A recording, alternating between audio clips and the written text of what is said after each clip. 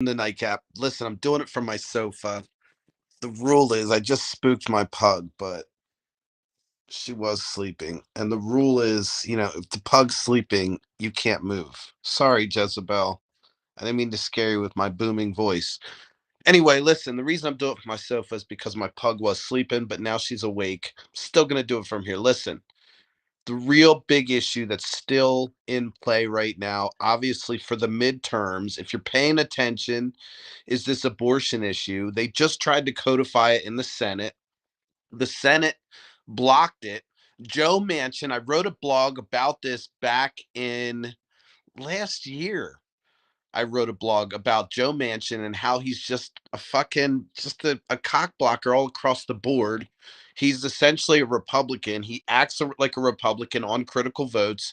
He joined the Senate Republicans to block legislation to codify Roe v. Wade, or the rights that are protected, the the constitutional rights that are protected, that support, women's productive reproductive rights.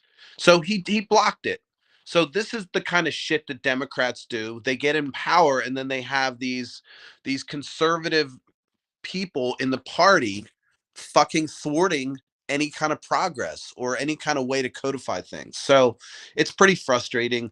I'm still kind of focused right now on my day job, and you know how I roll. I get all obsessive about whatever I do.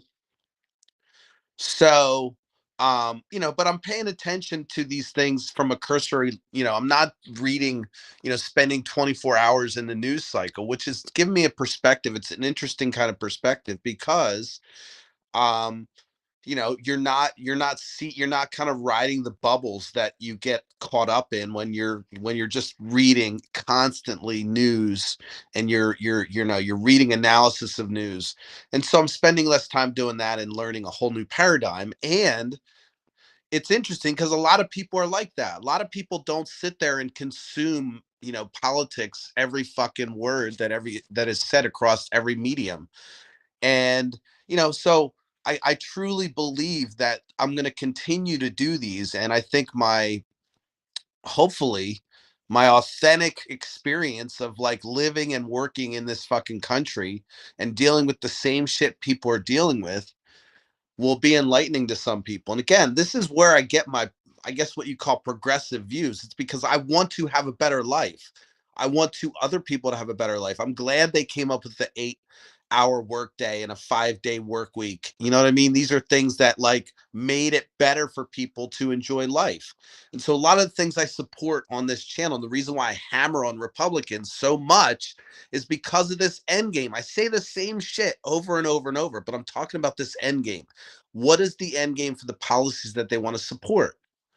And to me, right now, the end game for Republicans is just control, and it's this dystopian handmaid's like tale of, kind of reverting back to the good old days where women were subservient and, were at the beck and call of their men. That's what it sounds like to me.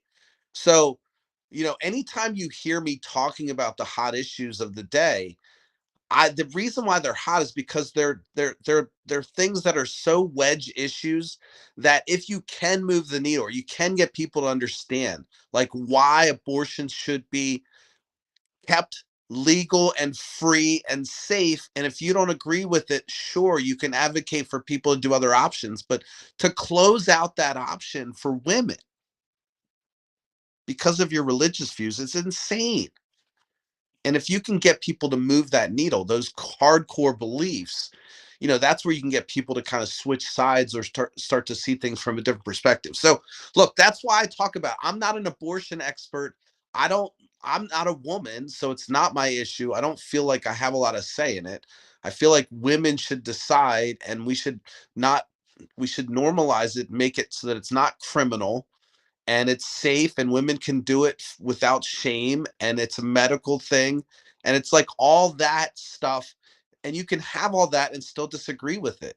So this this making this law or overturning Roe v. Wade isn't like moving forward, or it's not getting your goals, because abortions are still going to happen. That's the thing about these type of things that people don't understand, is that if people want to find a way to do something and there's not a legal means to do it, and then they have enough will and enough resources, or maybe they'll find the resources, they'll get it done. And so these are the things that people need to think about. And you want to say, well, it's all the personal responsibility. You know what? Fuck that. People always say that. They always blame somebody for being in a situation when there are systemic things that cause people to get in a certain situation. And by the way, there's nothing wrong with an abortion, and I'm not suggesting it's a situation you need to get out of, or pregnancy is bad in any way. What I'm saying is that if you outlaw thing because you don't like it, most of the times that's not going to take care of the problem. It's just going to go to the dark. It's going to be done in the shadows, and it's going to be unsafe. And a lot of other issues, side effects are going to happen from that. That don't make sense, including drug use. I think drugs should be free. I mean, these are radical ideas. Not free. Free drugs would be great too, but I think drugs should be legitimized, normalized, in that if somebody has a drug problem, they shouldn't feel shame. It should be all right. They're sick. They can get legal drugs. They can be monitored. It's safe. There's safe places to do it. It sounds crazy, right? But when you have things out in the open, you don't have this crazy, shady stuff that goes on in the dark. And so, people are starting to recognize this. It happened in Portugal. Abortion's the same way. Abortion's not something that should be like decided by legislation. It's a health issue. Completely weird to say, all right, now all of a sudden the state's going to get involved in these health issues. So there's all kinds of bizarreness going on there. And my argument is pretty much in line with the ideal libertarian viewpoint, which is like, get the fuck out of the way. But that's not the real libertarian viewpoint. You know how they waffle depending on which side is in power. Anyway, I'm going to pass on going into depth tonight because I'm kind of, like I said, I'm dealing with a sleeping pug. You can't really move. It's just the rule. I should move, but anyway, so things are good. Just an update. I'm stockpiling cash right now for smashing the party. I've got it in the budget, so this is why we're working. I'm enjoying my job. I really am. I love the challenge. I'm kind of slow learning because I need to know everything, and I'm kind of timid until I know everything, which probably annoys most people, but it's just how I work. So I'm in that imposter syndrome mode of trying to make sure that I'm working hard as fuck. So it's consuming me, but I'm doing a good job of balance. Like, I'm not taking my work home with me, so that's good. And part of anything that I do, and if I want to try to, if I want to continue to have this forum where it's worthwhile to me and it's still therapeutic and I'm still moving the needle and I still want to have a job, which eventually, ideally, this would sustain me if we can get it to a point. Um, that's the whole point of that's the reason why I'm kind of waffling on, why I'm spending my time during the day working, because, this is going to provide resources for me. We basically lived off one income for a while. And so now all of a sudden we have two incomes. So it's just nice. And now we have the ability to save and do some things. And that was the whole reason. We had this 5-year plan. We started smashing the party, and I say we because you guys are helping me with this. And that kind of got cut short. So I'm back in the work game. But this isn't waning. Like, even when I'm working during the day, I'm thinking, all right, what can I do? How can I really make this pop? Where can I find my niche? So it's still constantly being brewed in the back of my head. Anyway, listen, I'm gonna cut. I went like 10 minutes, almost 10 minutes tonight. I don't really have a lot of going on other than, the same shit is happening right now. The fear, uncertainty, doubt, the whole Donald Trump saga, I haven't had to talk about because, quite frankly, it's just, it's that scandal driven world that I'm kind of glad to be away from. And so I haven't been sucked into the Donald Trump saga of, this January 6th. I know what's going on, but they're gonna play it, they're gonna delay it until it becomes something of it's kind of inert and doesn't affect you. And that's when that, that, oh, it's been so long. Why are we still talking about that? They're already pulling that play now. But anyway, so but I'm kind of rambling. My point is, like, I'm paying attention to the things that I think are important to see how the needle moves and how do we get back to sanity.